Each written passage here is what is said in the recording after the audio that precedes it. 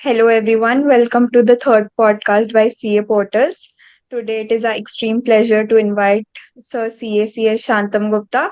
He's a law faculty at Unacademy for 5 years now. So वैसे जरूरत तो नहीं है बट आप इंट्रोड्यूस कर दो खुद को. बच्चों ऐसे जरूरत तो है. मेरा नाम CS Shantam Gupta. I am chartered accountant, also a company secretary. I teach with Unacademy. And आज जब ये पॉडकास्ट हम लोग रिकॉर्ड कर रहे हैं, she rightly said I have completed 5 years today on Unacademy. तो online coaching I started with Unacademy, completed 5 years today. और हाँ, मैं फाउंडेशन इंटर सीए को ही प्रिडोमिनेंटली पढ़ाता हूँ. मैंने सीएस किया है बट सीएस को पढ़ाने का भी टाइम नहीं मिलता मेरे को. But 11-12 CVT, CA Foundation Inter has been the entire journey of the last 5 years. Thank you so much sir. Sir तो आप ये बताना चाहोगे स्टूडेंट्स को कि आपने सीए क्यों चूज किया and even if you chose CA why did you go for the teaching line. देखो बेटा, सबसे पहली बात तो ये है बच्चों, सीए कोई चूज नहीं करता है. ठीक है, अगर आप कॉमर्स फ्रेटर्निटी से है ना, सीए आप चूज नहीं करते. और अगर आपके दूर दराज में कोई फैमिली मेंबर या कोई चार्टर्ड अकाउंटेंट है ना, तो ये बोलते हैं ना, वो सभ्यता की तरह आपके ऊपर आ जाता है. जैसे हमारे दोनों जो कजन ब्रदर्स हैं, दोनों चार्टर्ड अकाउंटेंट्स हैं. So it's not much of a choice. ऐसा कुछ नहीं था कि कॉमर्स में है तो क्या है. और प्लस आज की फील्ड में क्या है, आज बच्चा जब कॉमर्स में आता है उसके पास बहुत ऑप्शन है. जैसे उसको सीएमए भी है, सीएस भी है, अब उसको सीएफए भी है. आजकल एक नया आया है यंत्र, एसीसीए. ठीक है, बहुत सारी चीजें हैं उसके पास, ऑप्शन है, वेराइटी. हमारे टाइम में दो ही ऑप्शन थे, या तो सीए है या तो सीएस है. So when I chose CA, तो उसका बेसिक क्राइटेरिया बस इतना था कि एक एक्स फैक्टर जो दिमाग में हिट कर गया था कि मेरे नाम के आगे लगेगा. दैट वाज द फैक्ट कि मैं नाम के साथ जब जुड़ेगा तो ये आगे लगेगा. डॉक्टर में बन नहीं सकता क्योंकि साइंस मेरे को पसंद नहीं ना आती. तो एक सीए वाला जब लगेगा तो उसके आगे लगेगा कि सीए शांतम गुप्ता लगेगा. प्लस हमने ये चीज नोटिस भी की थी कि इस प्रोफेशन की मार्केट में एक रेप्यूटेशन अलग है. आप जिस दिन सीए बनोगे, जो लोग मेरे को यहाँ पे सुन रहे हैं, आप एक चीज नोटिस करना, कॉन्वर्सेशन कुछ भी चल रहा हो, अगर आप वहां पर हो ना, लोग सामने से आपका ओपिनियन लेंगे आके इस चीज के बारे में. भले ही वो मैटर आपसे रिलेटेड हो या ना हो, but it will be like CA साहब का ओपिनियन ले लेते हैं इस चीज में. The respect you get from this profession is one of the guiding की बच्चों को इसकी तरफ आते हैं कि हाँ भैया सीए बनना है. ठीक है, अभी मार्केट में और भी चीजें हैं, और भी कोर्सेज हैं, बट इसका एक एक्स स्टैंडिंग ये है कि मैं हमेशा बोलता हूँ, एक कॉन्स्टिट्यूशन की इनैक्टमेंट थी, कॉन्स्टिट्यूशन के पहले से मेरा कोर्स है. ठीक है, उसके 1949 में मेरा एक्ट बना था, कॉन्स्टिट्यूशन के पहले से चल रहा है. तो मुझे तो भैया इस चीज को करना चाहिए क्योंकि रिस्पेक्ट बहुत high. She asked why teaching. Teaching happened, we never chose teaching. मैं, अगर किसने कितने टीचर्स के पॉडकास्ट किए होंगे, विशाखा ने भी और मुस्कान ने भी, किसी ने भी ये नहीं बोला होगा आते संग कि भैया मैंने सोचा था कि मैं टीचर बनूंगा. कोई भी कभी सोचता नहीं है टीचर बनने के बारे में. It is something you realise over time. लोगों को समझा समझा के कहा अच्छा इसको मेरी बात समझ में आ रही है, तो वहां से वो इंटरेस्ट क्रिएट हो जाता है. और इस कोर्स में इंटरेस्ट अपने आप समझ में आ जाता है क्या चीज में है. ऑब्वियसली आप सीए हैं, पैसा बनाने में तो आपका इंटरेस्ट होगा ही, लेकिन वो पैसा कैसे बन रहा है उसमें भी अलग अलग चीजों में इंटरेस्ट आता है. वो समय के साथ पता चलता है. अभी आज मैं यहाँ पर बैठ के बोल रहा हूँ, मैंने टीचिंग के बारे में सोचा नहीं था, वो एकदम सत्य बात है, कभी नहीं सोचा था मैंने. बट अब इतने साल हो गए, 8 साल हो गए, क्या मैं इसके अलावा कुछ सोच सकता हूं? नहीं. अब मेरा दिमाग इसी पर स्थिर है because this has become something very daily accustomed. तो ऐसा है, समझ में आ जाता है धीरे धीरे. सर, आप अपने फिटनेस और वर्क लाइफ ये दोनों को इतना परफेक्टली कैसे मैनेज कर लेते हैं? बहुत अच्छा सवाल है. देखो, मैं एक ना, ये बैलेंस वैलेंस कुछ नहीं होता. ठीक है, मैं एकदम फैक्ट बात बता रहा हूँ. ये जो पीरियड होता है ना, इसे जो सोशल मीडिया में चलता है, सब इंस्टाग्राम वाले बैठे हैं यहाँ पे, सब इंस्टाग्राम वाले देख रहे हैं. ये वर्क लाइफ बैलेंस और ये सब सब फालतू की बात है. कुछ नहीं होता वर्क लाइफ बैलेंस. ठीक है, एकदम सिंपल है. दिन में 24 घंटे सबके पास है. 4 से 5 घंटा सोना है आपको, 19 घंटा आपको काम करना है. एकदम सीधी सी बात है. वो उस चीज पर डिपेंड होता है. 19 घंटा मैंने काम करने बोला ना.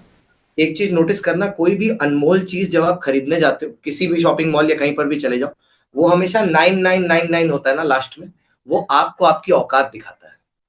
जिस दिन आप बिना प्राइस टैग देखे सामान उठा लोगे ना, और सोचोगे नहीं दोबारा, कह रहे कुछ भी प्राइस हो मैं खरीद ही लूंगा, उस दिन वो जो 9 है ना पीछे, वो आपका वर्क लाइफ बैलेंस दिखाता है. वर्क लाइफ बैलेंस जैसा कुछ नहीं होता. वो एक मिथ है, उनके लिए है जो वही 50-60 हजार रुपए की नौकरी में खुश रहना चाहते हैं। उसमें कुछ गलत नहीं है, लेट मी माइंड एक बात, ऐसा नहीं कि सब अभी कोई कमेंट में बोल देगा कि नहीं ऐसा तो नहीं है, मैं तो खुश हूं। हाँ भाई खुश है, वो भी है, खुश भी रहना जरूरी है जिंदगी में। लेकिन एक चीज है, मैं मानता हूं 30 साल की उम्र तक, 30th तक, जब तक आप 30 साल की उम्र तक पहुंचो, खूब काम करना चाहिए, बहुत काम करना चाहिए। जिंदगी में काम से ज्यादा जरूरी कुछ नहीं होना चाहिए। जो भी चीज आपको पसंद आ रही, जबरदस्ती का काम नहीं। 30 साल तक आप काम करो, 30 साल के बाद जिंदगी आपका ख्याल रखेगी 100%। कुछ नहीं करना होगा उसके बाद, अपने आप चलेगी। जैसे फॉर एग्जाम्पल, अगर मैं आज पढ़ाना बंद कर दूं और सब कुछ बंद कर दूं और सिर्फ अपने पैशन को खाली बॉडी बिल्डिंग करूं या कुछ भी करूं, तो भी मैं आराम से 60-70 साल तक जी लूंगा, बहुत आराम से। इतना मैंने 30 साल में काम करके जोड़ लिया। So that is why work life balance थोड़ा मिथ है, मैं नहीं मानता इसको। Okay sir, thank you sir. तो आपने सीए किया था, तो उस टाइम उसकी जर्नी में आपके लिए सबसे लो पॉइंट क्या था एंड आप उसको कैसे ओवरकम किए थे? लाइक वो मोमेंट होता है, काफी स्टूडेंट्स फेस करते हैं, आप ओवरकम कैसे किया था? मैम सबसे ज्यादा जरूरी क्या पता है, मैं अपने टाइम में और आज के बच्चों में कंपैरिजन करके देखता हूँ ना, तो आज के बच्चे बहुत कंफर्टेबल सिचुएशन में है एक चीज में। उनके पास अमाउंट ऑफ डिस्ट्रैक्शंस बहुत ज्यादा है, उनकी लाइफ हमारी लाइफ से डिफिकल्ट है, मैं ये बात 100% अग्री करता हूँ। लेकिन उनके पास जो है वो हमारे पास नहीं था, वो है क्वालिटी गाइडेंस और मेंटोरशिप। यहाँ पर आप, मैं सिर्फ अपने बारे में नहीं बोल रहा, आप यूट्यूब पर खाली लिख के देख लो एक चीज, मेरे को करियर मेंटोरशिप चाहिए सीए में, आपको 15,000 वीडियो मिल जाएंगे जो आपको गाइड करने के लिए रेडी है। हमारे टाइम में ना, all we have to learn through was experience.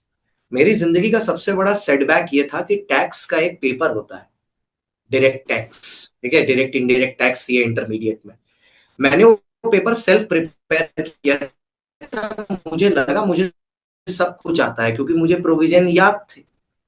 जब एग्जाम के 1.5 महीना पहले मैं सम बनाने बैठा तो मुझसे कुछ नहीं हो रहा था, ठीक है। मतलब literally 90 days before the exam I felt that I know nothing because I was not able to solve a single sum. अब आप लोग के समय में अगर ये हो तो आप क्या करोगे? आप यूट्यूब पर जाओगे, आप वहां बढ़िया से लिखोगे टीचर रिवीजन लेक्चर्स, और 100 लेक्चर आ जाएंगे आपके पास, आप देखोगे सम बनाओगे, आपका काम हो जाएगा। हमारे टाइम में टीचर्स इतना कुछ अपलोड ही नहीं करते थे यूट्यूब में, बैच खत्म हुआ सलाम नमस्ते कर जाएगी, अब आप अपने मन से अपना रिवीजन करिए। वो 1.5 महीना ना, मेरे को पता है I was in extreme trauma, कि मेरे को रोज रात में एक ही सपना आता था कि रिजल्ट आया फेल, रिजल्ट आया फेल। बीच में 10-15 दिन मैंने सपने के डर से सोना ही बंद कर दिया था कि भाई सोऊंगा वही सपना रिपीट में लूप में चलेगा, दिमाग खराब हो जाएगा मेरा। तो मैं थोड़ा दिन तो बिना सोए ट्राई किया, फिर जब थोड़ा सा कॉन्फिडेंस आया ना, 30 दिन थोड़ा थोड़ा सम बना के कि हो जाएगा, then it was good. But मैं सबको एक चीज बोलना चाहता हूं, आपकी जिंदगी में ये लो पॉइंट आएगा, इस जर्नी में आएगा ही आएगा। बेटर होता है जो हमने नहीं किया वो करिए, किसी से बात कर लीजिए, चाहे फैमिली वाले से कर लीजिए, चाहे दोस्त से कर लीजिए, किसी से शेयर करिएगा ना, आदमी आपको हेल्प ही करेगा। हमारे टाइम में प्रॉब्लम ये थी, हमें डर लगता था दूसरे से शेयर करने में। अब पिताजी को बताओ, दो बात उल्टी सुना देंगे, मम्मी को बोलो वो कुछ उल्टा पुल्टा बोल देंगी, दोस्त यार तो नेक्स्ट लेवल टाइम पास होते हैं, वो अपनी कहानी बताने लगे, भाई तेरे को 1.5 नहीं आता, मेरे को तो 2 भी नहीं आता, वो बताने लगेंगे। तो ऐसे में किसी फैमिली मेंबर के साथ आपको शेयर कर लेना चाहिए, हमेशा बेटर रहेगा। लो पॉइंट्स आएंगे इस जर्नी में, 8 महीना, 1 साल, 5 साल का कोर्स है, 4-5 साल का समय तो लगेगा, तो लो पॉइंट्स तो होंगे। सर अभी जो फाउंडेशन क्वालिफाई करके स्टूडेंट्स आए या फिर जो डायरेक्ट एंट्री के स्टूडेंट्स हैं, तो एक एडवाइस आप उन लोगों को देना चाहते हो? मेरा सबसे पहला एडवाइस जो डायरेक्ट एंट्री वाला स्टूडेंट है उसको देना होगा, क्योंकि उसका ना एक बहुत बड़ा प्रॉब्लम है, उसका कॉन्फिडेंस बहुत जल्दी हिल जाता है। वो सोचता है मैं डायरेक्ट एंट्री से आया, फाउंडेशन से नहीं आया, तो मुझे तो कुछ आता ही नहीं होगा। बेटा ऐसा बिल्कुल नहीं है। अगर इस कोर्स को फाउंडेशन और डायरेक्ट एंट्री दोनों के लिए फ्लेक्सिबल किया गया है ना, वो इसीलिए किया गया है कि आप एंट्री ऐसे लो, ठीक है, जहां पर आप इक्वल हो। आप इस कोर्स में आने के बाद आपको थोड़ी सी मेहनत ज्यादा करनी होगी, बट आप पीछे किसी से भी नहीं, ठीक है। उल्टा आजकल एक चीज ट्रेंड देखी गई है, डायरेक्ट एंट्री वाले बच्चे भी सिंगल डिजिट रैंक लेके आते हैं। सो that is something which is great. तो आप किसी से पीछे मत रहो। और सिमिलरली फाउंडेशन वाले बच्चों को मैं एक चीज बोलूंगा, तुम फाउंडेशन पास करके आए हो, वो एक अलग गेम है ब्रो। और ये जो लेवल है ना, ये एक अलग ही गेम है। वो 4 सब्जेक्ट का गेम था, ये पेशेंस का गेम है। 8 महीना rigorous practice, rigorous patience. Self doubt तो आपका दूसरा दोस्त बन जाएगा, क्योंकि मंडे जो आपको आता है वो वेडनेसडे लगेगा मेरे को तो आता ही नहीं। तो सेल्फ डाउट आपका दोस्त है, उसको दोस्त की तरह ट्रीट करो। ठीक है, नहीं आता ना, कोई बात नहीं, थर्सडे फिर से पढ़ूंगा। भूलना और याद करना जिंदगी का पहलू बना के रख लो। परेशान बिल्कुल मत हो, और जब I can give you talk to someone, someone you know, obviously not other way around.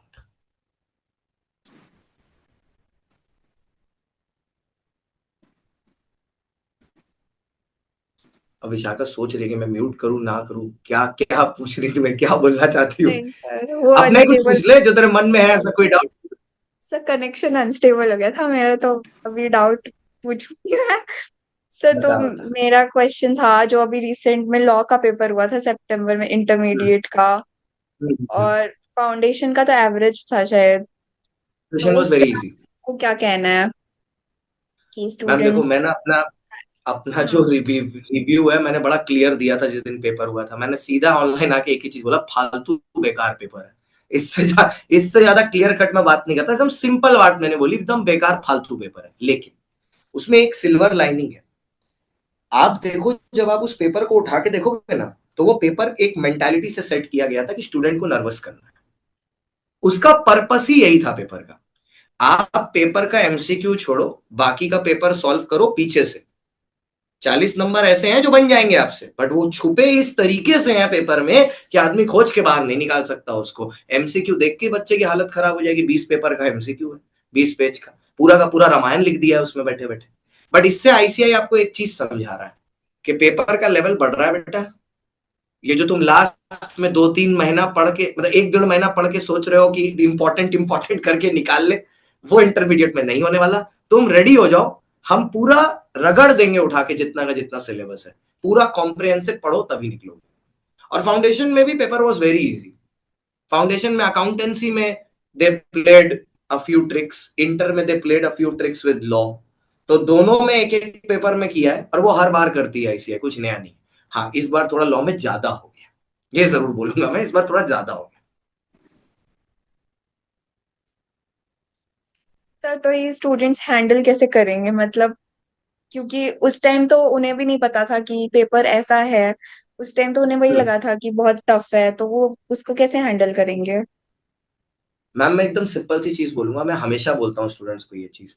आपको ये कोर्स बाकी कोर्स से डिफिकल्ट, मतलब क्यों आपके 11-12 में अच्छे नंबर आ रहे हैं और सीए में नहीं आ रहे हैं, क्या प्रॉब्लम है? बस एक चीज की प्रॉब्लम है, एक आपका ईगो बहुत ज्यादा बड़ा हो गया है, और आपने अपने आप को टेस्ट करना बंद कर दिया है। मेरे को कोई ऐसा बच्चा खड़ा करा के यहाँ पे दिखा दो जिसने रेगुलर कोर्स पढ़ के रेगुलर टेस्ट दिए हैं वो फेल हुआ हो ही नहीं सकता इस कोर्स में। कि अगर आप रेगुलर टेस्टिंग के साथ कर रहे हो, प्रॉब्लम क्या होती है ना, बच्चा सोचता है हम मैन्युस्क्रिप्ट लिखेंगे, एक बार पढ़ेंगे, एक बार आईसीआई के एग्जाम में लिखेंगे और सीधा रैंक ले आएंगे। तो उतना आसान तो ये नहीं है, बीकॉम नहीं है ये, एकदम सिंपल है। ये कैलकाटा यूनिवर्सिटी का बीकॉम नहीं चल रहा कि आप एक बार लिखेंगे दो दो पेज और आपका हो जाएगा। ठीक है, पढ़ना पड़ेगा आपको, और कॉम्प्रिहेंसिव पढ़ के टेस्टिंग। तो testing is something they have to do. जितने ज्यादा पेपर आप सॉल्व करोगे, आपको एक आइडिया होगा कि मेन पेपर कितना डिफिकल्ट हो सकता है। मैं नाम लेके नहीं बोलूंगा, लेकिन कुछ कुछ ऐसे स्टूडेंट्स हैं जिनको वो लॉ का पेपर भी इजी लगा था। उन्होंने ग्रुप में नहीं बोला आके सबके सामने, क्योंकि उनको पता था सुन लेंगे वो किसी ना किसी से। उन्होंने आके अलग से मैसेज किया कि सर हमारे हिसाब से तो पेपर ठीक था, क्योंकि उन्होंने 24 टेस्ट दिए in the period of 8 months, 24 test. तो उनको आदत थी ऐसे पेपर की, तो उन्होंने कर ली। कंपेयर नहीं कर रहा मैं किसी एक बच्चे को दूसरे बच्चे से, पर बच्चों को अपना लेवल थोड़ा बढ़ाना पड़ेगा, स्पेशली टेस्टिंग के मामले। Truly said sir. सर एक बच्चों को 1.5 डेज में कैसे प्रिपेयर करना चाहिए, मतलब उस टाइम में अगर हम 100% सिलेबस कर भी ले तो सारा रिवाइज हो ही नहीं पाता है, तो फिर क्या करना चाहिए, सेलेक्टिव स्टडी या फिर पूरा कवरेज। मैम देखो, मैं एक चीज बोलूंगा, आपको अगर 1.5 डे स्ट्रेटजी का बात करें, तो आपका एम क्या था इस कोर्स में घुसने के समय? वो सबसे ज्यादा मैटर करता है। जैसे मैं जब इस कोर्स में एंटर किया था ना, फर्स्ट डे से मेरे दिमाग में था मेरे को रैंक लेके आनी है, और सीए फाइनल में कभी भी नहीं था मेरे दिमाग में कि मेरे को रैंक लेके आनी है। तो जहां था वहां आई, जहां नहीं है वो नहीं आएगी। रैंक कभी भी गलती से नहीं आती है। You will never find a ranker who will tell you मैंने तो सोचा ही नहीं था और रैंक आ गई। कभी नहीं होता। रैंक का प्रिपरेशन का तरीका क्या होता है अगले दिन से, वो कैसे होता है मैं सिंपल सब्जेक्ट वाइज बताता हूं। मेरा एक सब्जेक्ट है ऑडिट, ठीक है। अब मेरे को पता है मेरे को रट्टा लगाना है, मेरे को लैंग्वेज आनी चाहिए, सब पता है ना मेरे को, फर्स्ट डे से पता है। ऐसा तो नहीं है कि टीचर ने झूठ बोला है कि अपने शब्दों में लिख लोगे चल जाएगा। 28 ऐसे हैं मेरे पास, 28 से 30 स्टैंडर्ड्स ऑफ ऑडिटिंग। मैंने एक पेज में 28 ऐसे की समरी बना ली, ठीक है। समरी बना के मेरे पास 28 सेट रेडी हो गए। इसके बाद 11 चैप्टर हैं, 11 चैप्टर दो दो पेज की मैंने समरी बना ली, मेरे पास 22 पेज रेडी। 22 और 28 मेरा 50 पेज का मटेरियल रेडी हो गया। मैं एग्जाम के पहले 4 दिन पढ़, 1.5 दिन में 4 बार रिवाइज करूंगा और मैं देके आऊंगा।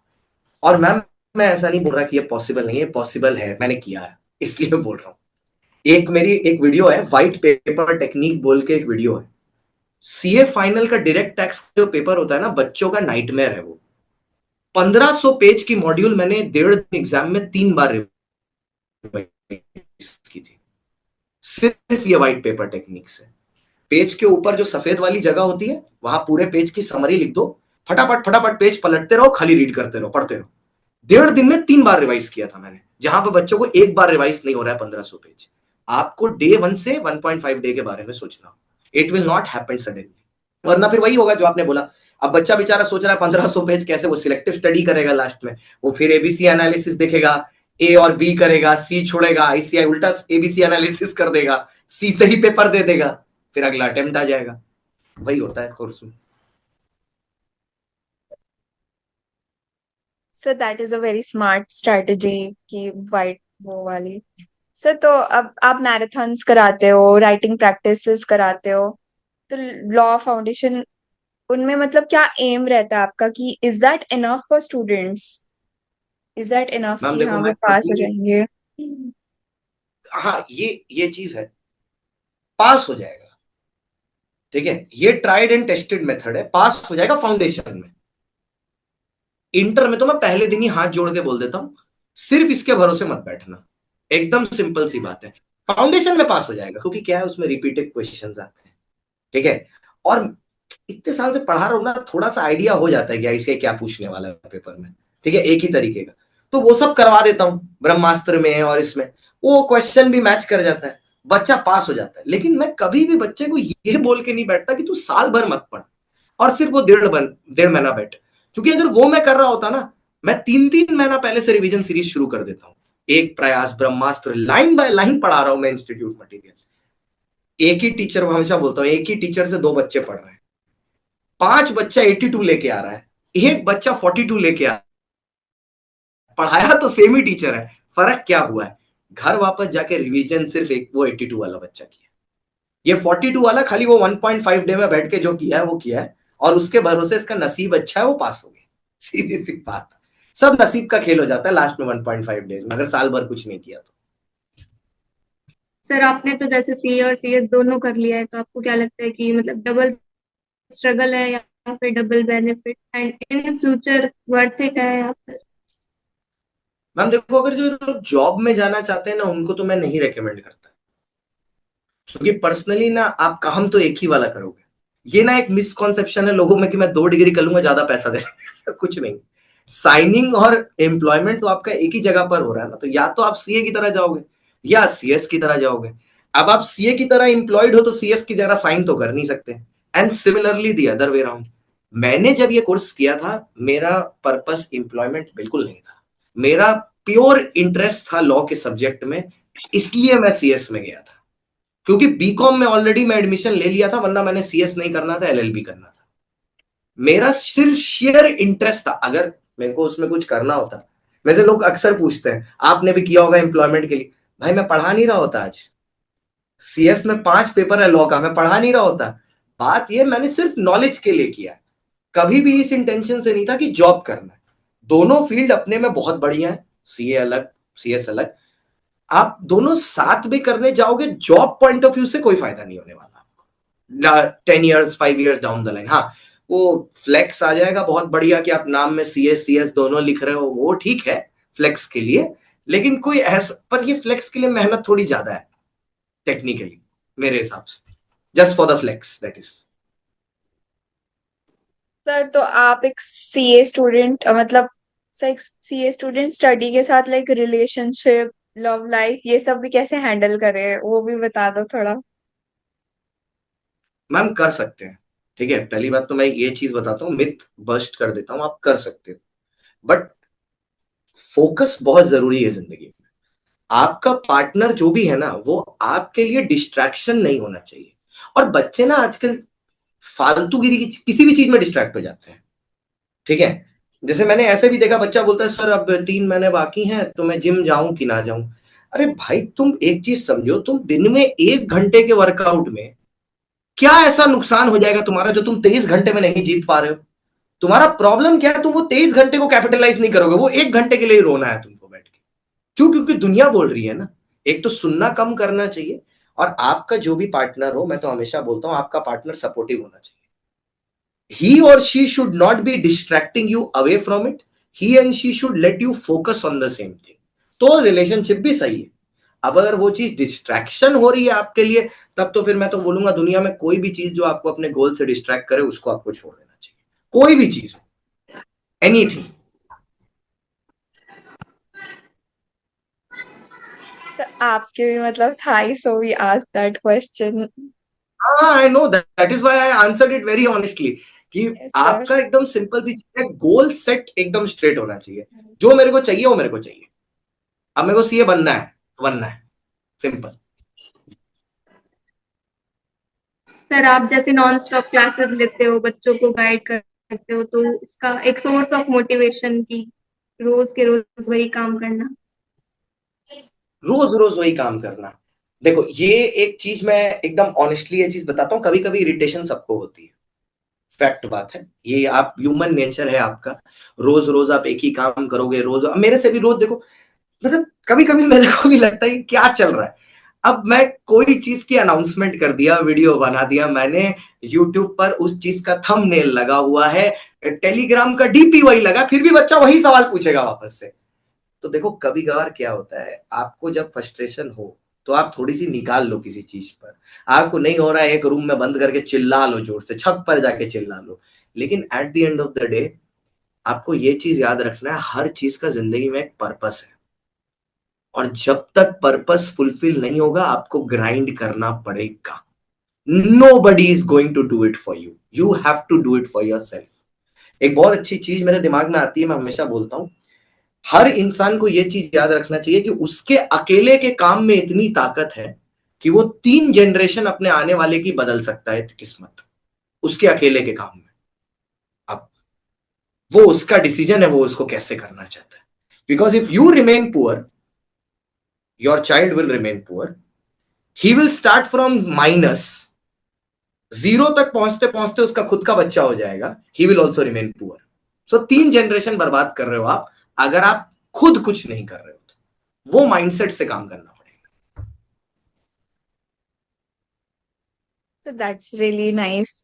सर तो जो फाउंडेशन स्टूडेंट्स के लिए अगर कोई वीक सब्जेक्ट होता है और वो स्ट्रगल कर रहा है तो आपका एक प्रैक्टिकल एडवाइस क्या होगा? क्योंकि मेरे केस में भी यही हुआ था। I was weak with quant and I had less focus on law, तो उस वजह से मेरे लॉ में कम मार्क्स आए थे काफी। तो आप क्या एडवाइस दोगे स्टूडेंट्स ताकि वो बैलेंस कर पाए? मैम देखो at the end of the day चारों सब्जेक्ट में नंबर होंगे तभी आप पास होंगे, ठीक है। तो ये दोनों चीज होती है, एक होता है फेवरेटिज्म। बच्चा का ना कभी कभार क्या होता है, एक टीचर से बहुत ज्यादा लगाव हो जाता है या एक सब्जेक्ट से बहुत ज्यादा लगाव हो जाता है, वो फिर वही सब्जेक्ट दिन भर करता रहेगा या वही टीचर के पीछे दिन भर लगा रहेगा, ये भी गलत है। मैं बहुत बार बच्चों को ना अकाउंट्स के एग्जाम के पहले डांटता हूँ, लिटरली डांटता हूँ। 5 दिन बचते हैं ना, मैं इनको बोलता हूँ मत करो अभी लॉ, फिर भी लास्ट में 2 दिन तक करते रहते हैं। हर एक को ग्रुप में घुस के डांटता हूं मैं, कोई पूछता है डाउट तो भी, क्योंकि ये गलत है। आपको चारों सब्जेक्ट में बैलेंस आउट करना है। और कोई बड़ी बात नहीं है मैम, आपका क्वांट में है, मेरा मैथ्स में था जब मेरे टाइम में सीपीटी था।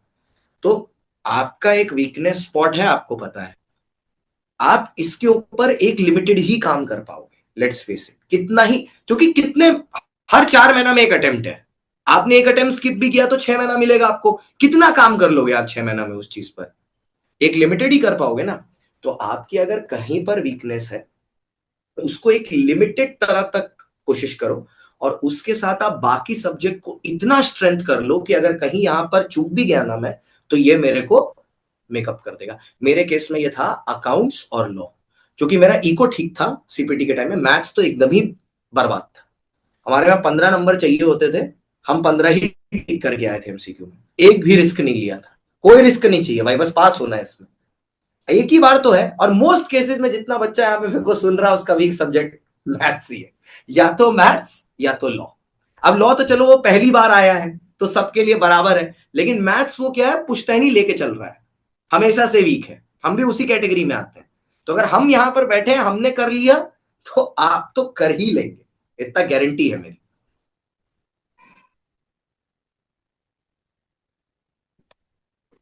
सर जो भी फाउंडेशन के स्टूडेंट्स हैं लाइक लॉ और मैथ्स की वजह से एज यू सेड कि बहुत सारे अटेम्प्ट्स लगते रहते हैं, तो फिर दे शुड कंटिन्यू और स्किप, मतलब सीए छोड़ दे या फिर कितना कब तक? गुड क्वेश्चन, बहुत अच्छा क्वेश्चन है कि कब तक सीए करना चाहिए। ठीक है, पहले ये देख लेते हैं कि आप सीए कर रहे हैं या सीए आपके साथ कुछ मजाक कर रहा है। क्योंकि एक जो दूसरा वाला बच्चा होता है वो क्या है, वो एक लूप में फंसा हुआ है, and this is called the loop of attempts. ICI ने 3 अटेम्प्ट लगाया, बच्चे के दिमाग में पता है क्या है, मेरे को तीनों देना है।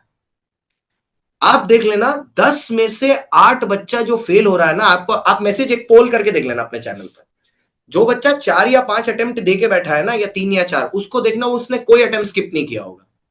वो कब से दे रहा है पता है, जून से दे रहा है, वो जून 2024, उसने जून दिया, रिजल्ट के लिए वेट किया कब तक, अगस्त तक, अगस्त में रिजल्ट आया, सितंबर भी दे देते हैं, सितंबर दिया उसने, उसके बाद सितंबर में रिजल्ट आया, नवंबर तक, अरे यार जनवरी भी दे देते हैं।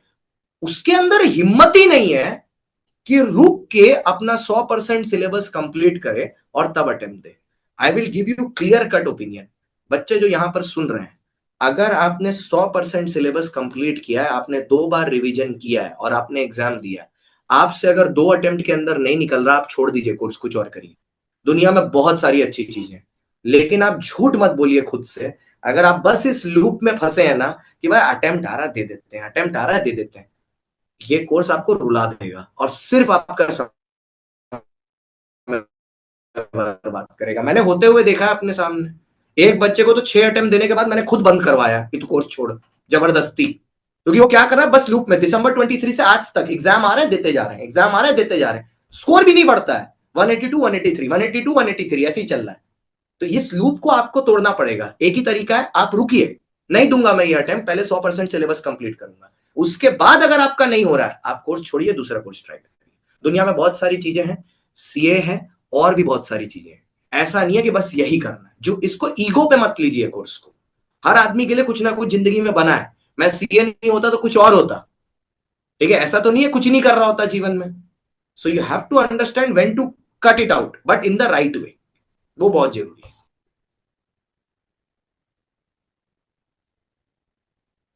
सो finally thank you so much, इतना इंसाइटफुल और इतना इंस्पायरिंग सेशन किया आपने। सो लास्ट में आप क्या कहोगे सबको, कुछ भी? मैं सारे बच्चों को और आप लोग दोनों को भी सेम चीज कहना चाहता हूँ, thank you so much CA portal, कि आप यहाँ पर जो भी काम आप कर रहे हो बच्चों के लिए इतना सारा चीजें लेके आ रहे हो, क्योंकि इंडस्ट्री के सारे इंसाइटफुल लोग एक चैनल पर आके अगर अच्छा चीज प्रोवाइड कर रहे हैं, इससे बच्चे सीखेंगे। To all the young aspirants out there, बस एक ही चीज मैं बोलना चाहता हूँ, आप ये सब सिर्फ एक इंसान के लिए कर रहे हो, वो खुद के लिए नहीं है। जब आपको लगे कि मैं अपने लिए सब कुछ कर चुका हूं, थोड़ा सा और कर लेना चाहिए, तो याद रखना आप अपने मम्मी पापा के लिए अभी भी कुछ कर सकते हो, और वो टाइम आपके पास लिमिटेड है, क्योंकि उनके पास टाइम लिमिटेड है। ठीक है, they will not be always here to see your success, so you make sure that it comes as big as possible. बस इसी के लिए हम लोग सब काम कर रहे हैं, to make our parents proud. That is the only thing we should flex about, not your name, etc., etc. This is the main flex. How proud on your achievements. Thank you so much, Visakha or Muskan. It was lovely having you both hosting me. Thank you so much. Thank you sir, Thank very you. Touching line last में। So I'll stop That the is what recording. we should. Okay.